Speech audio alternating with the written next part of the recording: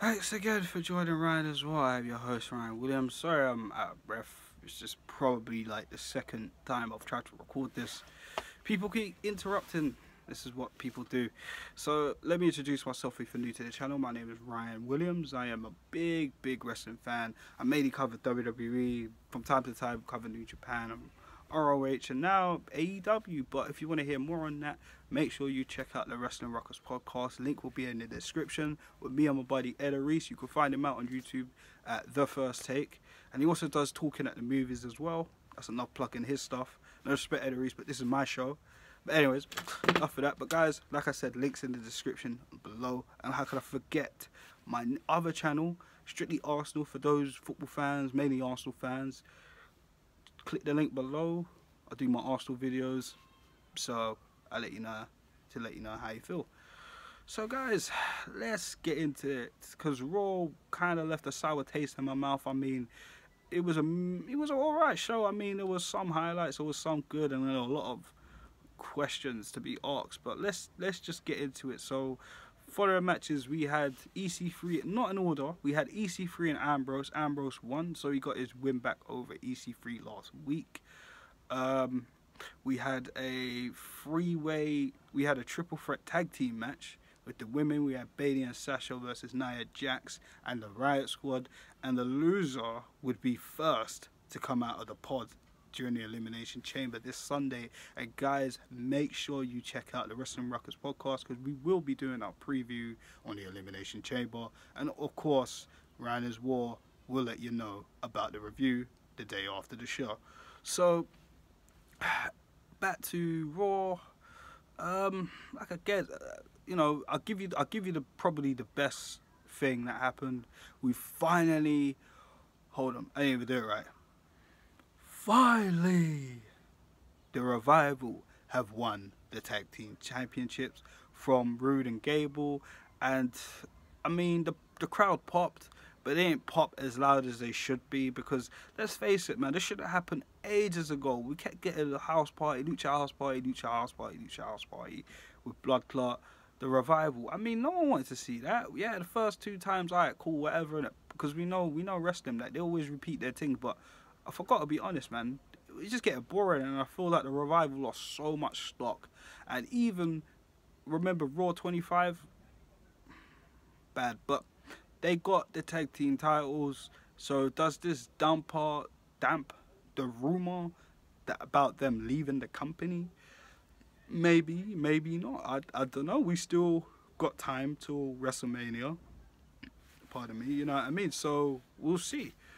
But other than that, I mean, the other matches, we had a 6-way, which was a 1-on-1 originally, but you know WWE, once the whole group's there, that's it, isn't it? 6-man. So originally it was Finn Balor versus Drew McIntyre, but we had the Intercontinental Champion Bobby Lashley and the man of the hour, Lio Rush, in the corner of McIntyre, which obviously we knew Bobby Lashley was going to get his hands on Finn Balor, even though Finn Balor did take a shot at Bobby Lashley, but that's what you get.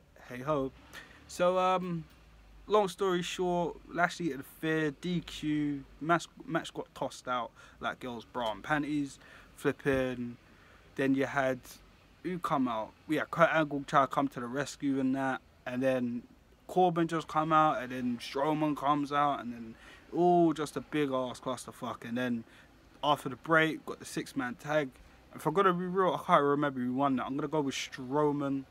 I'm pretty sure. No, it was Strowman and Finn Balor. Sorry, distraction. Obviously I'm outside, isn't it? But yeah, Strowman won the match. Strowman's team, Finn Balor and Kurt Angle won the match. Match was alright. It was fun with Strowman, of course, but what can I say? It's just normal things, isn't it? Normal things. What else happened? Other matches, I can't remember. I don't really remember any other matches, to be fair. We had a promo of Elias and the Lucha house party. Yawn. I'm not even going to talk about that. Let's just say it ended with Kalisto getting a guitar shot to the head. Yawn. Moving on, we had Seth Rollins' promo basically talking about how much of a dream it is for him to main event WrestleMania. He's just come off winning the Royal Rumble. Now he's got to go against the Beast, Brock Lesnar. Of course, Paul Heyman come out, you know, spat his spewed. But unsurprising, when I mean unsurprising, when you kind of look at it, now I think about it and how the match went. But Ambrose come out and basically got in Rollins' face and just said, well, not in his face, he just said to him, listen, slay the Beast. And it was like, what? Bit weird, but, you know, given the whole rumor mill about him leaving and stuff like that, I guess it makes sense. But again, we still don't know.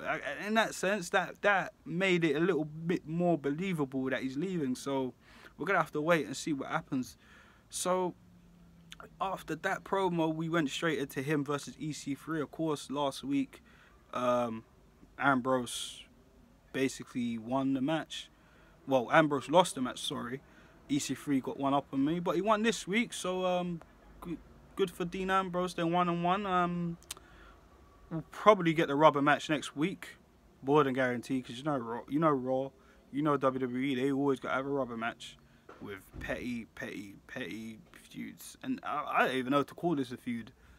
Really, Dean just started dissing man on Alexa Bliss's talk show, and then they got into a match, and then that's how it was. But all in all, is what it is. Ambrose picks up the win. So let's talk about this, because this has really been clouding my judgment on how to grade Raw. So obviously, the whole show was around Becky Lynch and was she going to apologise, was she going to not? Obviously, because of her actions last week at Triple H and Stephanie, you know, and I guess she apologised, which was pretty much the whole build-up. Was she going to do it? Was she not? You had her talking to various superstars like Ronda Rousey, Finn Balor, Alexa Bliss, who all have had history with Becky Lynch, surprisingly enough. I mean, Finn Balor, the man who pretty much trained her from the very beginning. Well, not the very beginning, but along her come up, he trained her. We also had Alexa Bliss, who was the first woman to dethrone Becky Lynch for the SmackDown Women's Championship. And we had Ronda Rousey, who is her opponent at WrestleMania. Basically telling her, listen, better not get this match ruined, blah, blah, blah, blah, blah. So, all in all, it was a lot of clouded moments and judgment. Well, a lot of things were trying to cloud her judgment on this. But, we'll see, innit? And then, obviously, she got to the ring. The McMahons got to the ring. She basically apologized. And then they were like, all right, cool. You're going to WrestleMania. Don't go to WrestleMania. And then Vince McMahon comes out. And he drops the biggest bombshell and says, listen, I don't like your attitude. I think it pretty much stinks. And basically says, listen, you're suspended for 60 days. Long story short, we need someone that has charisma. We need someone...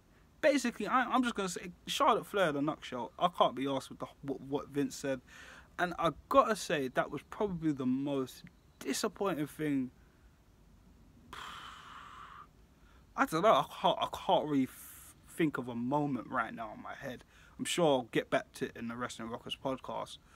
But, man, that was really a sour taste. Charlotte coming out and Vince basically endorsing her. I mean, I know a lot of fans went home not happy. I'm sure, boy, from what I read on Twitter, it was not cool. And, yeah, so that was Raw pretty much in under 10 minutes. And like I said, it's a bit of a sour taste in my mouth. Because it's like, you know, Charlotte, why is she getting included in this match? But on the other hand, you got to really think about it. How are they going to get Becky in the main event still with this? So this is going to be pretty interesting. So that will wrap it up for my Raw review. So guys, if you're new to the channel, like I said at the beginning of this video, make sure you hit the like button, make a subscription, and share this video out to all your wrestling friends. You can find me on Twitter, RJ Wills. You can also subscribe to my football channel, Strictly Arsenal. Again, like I said, for any Arsenal fans there, if you want to leave any comments or anything, leave it at the bottom of this video. There'll be links in the description. Of course, like I said, the Wrestling Ruckus link will also be in the description on this video. So guys, thanks again for tuning in Rhino's Raw, and I will be back to your screens very, very soon. Peace.